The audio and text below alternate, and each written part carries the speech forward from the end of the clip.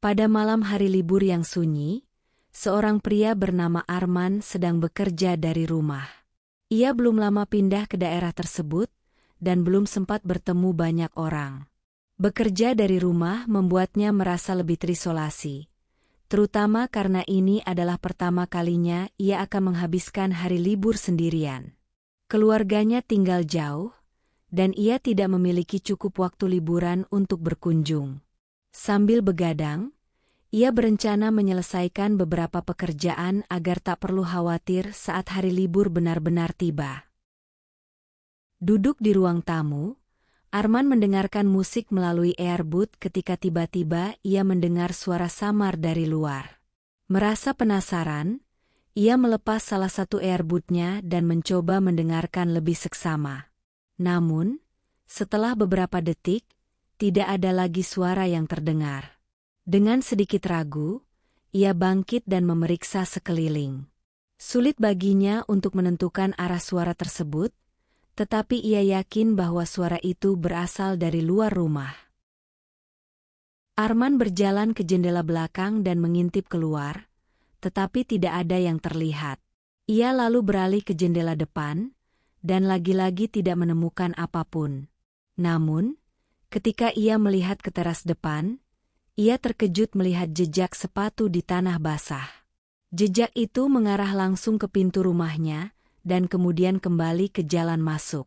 Tidak ada paket atau surat yang ditinggalkan, hanya jejak sepatu itu yang membuatnya merasa cemas. Kenapa ada orang yang datang ke pintu rumahnya pada pukul 11 malam di malam hari libur?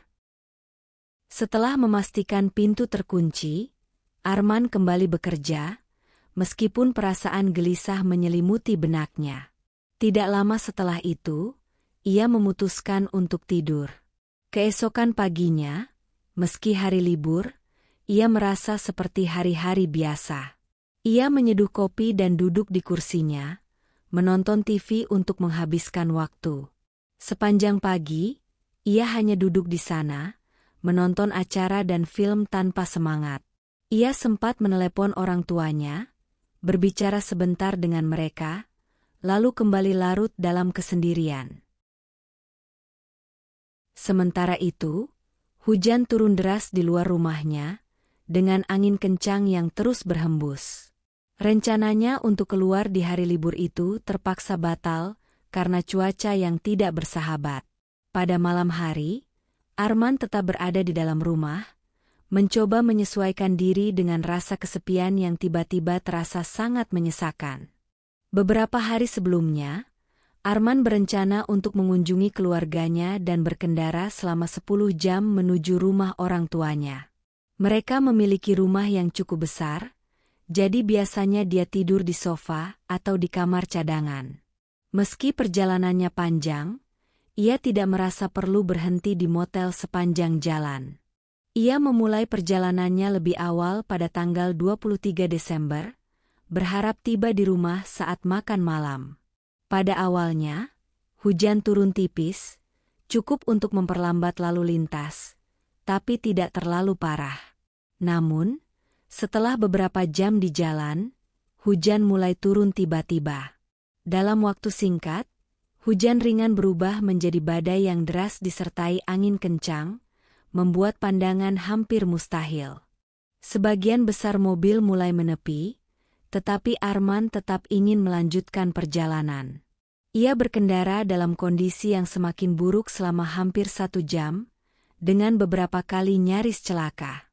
Akhirnya, ia memutuskan untuk menepi di sebuah motel dan menunggu cuaca membaik. Di tempat parkir motel itu, banyak mobil lain yang juga menunggu, tetapi hujan tidak kunjung reda. Matahari mulai terbenam, dan Arman dengan enggan masuk ke motel, memesan kamar, dan beristirahat. Pukul 8 malam, ia berbaring di tempat tidur dan memutuskan untuk tidur sejenak. Ia menyetel alarm di ponselnya untuk bangun pukul 11 pagi. Namun, saat terbangun, ia langsung merasa ada yang salah. Waktu di ponselnya menunjukkan pukul 2 pagi.